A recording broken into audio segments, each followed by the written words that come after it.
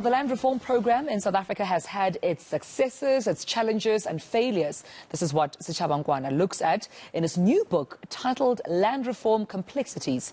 Nkoana also suggests some things government can do to empower communities to make their land more profitable. He joins us now to tell us more. And Mr. Nkoana, thank you so much for your time. Good morning to you. Quite an eye-opening book, I have to say.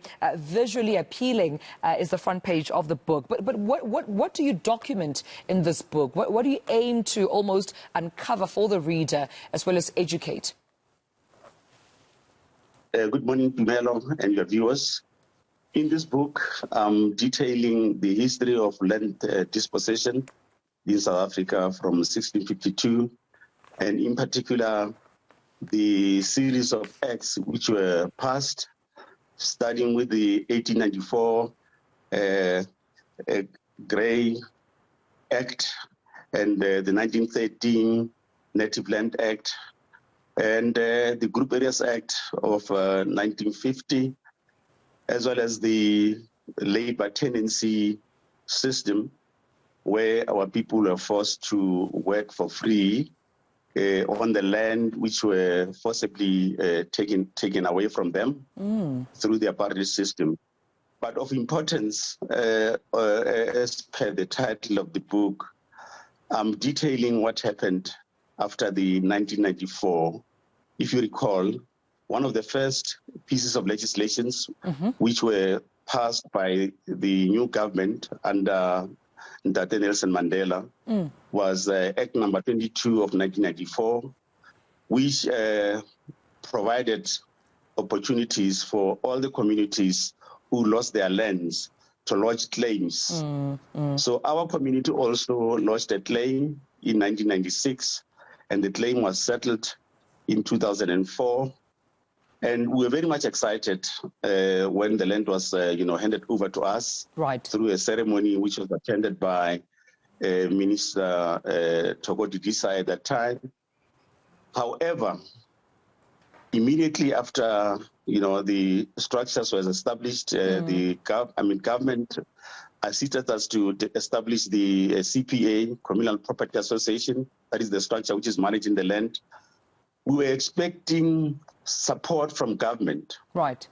Part of the Section 42 capital D settlement report, which was approved by the minister, there were settlement and discretionary grants which were supposed to flow over to the community so that they can continue with the farming activities on the land. If I can tell you, we're very much frustrated, Immediately after the land was given back to us, we went from office to office, requesting the grants to be released.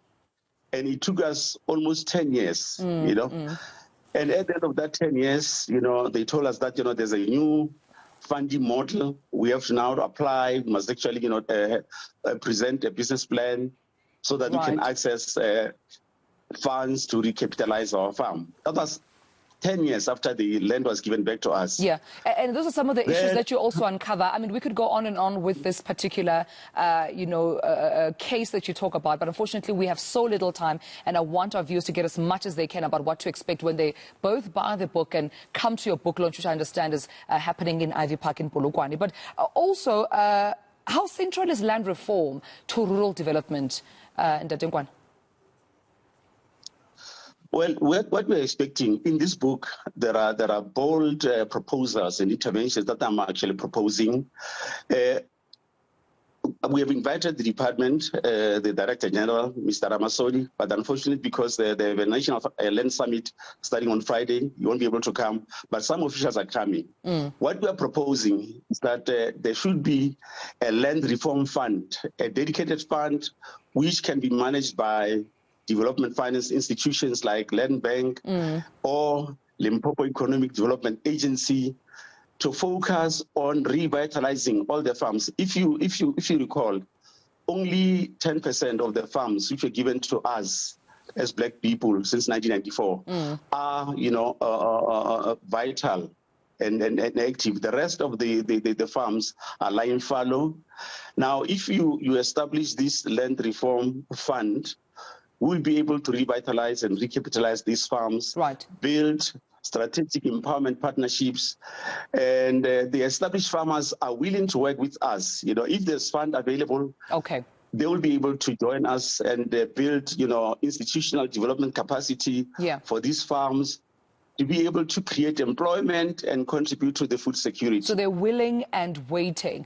In my last question to you, before I let you go, if you may please be briefly, it is Africa Day today. You touch on the concept of African land ownership, which is fascinating to me, but also you talk about the lessons that we can learn from Zimbabwe as you compare, of course, those lessons from South Africa to Zimbabwe. Briefly, please, what's the one big lesson that you think we can learn from Zimbabwe? Well, in Zimbabwe, the issue of land was mishandled, because they just invaded the land.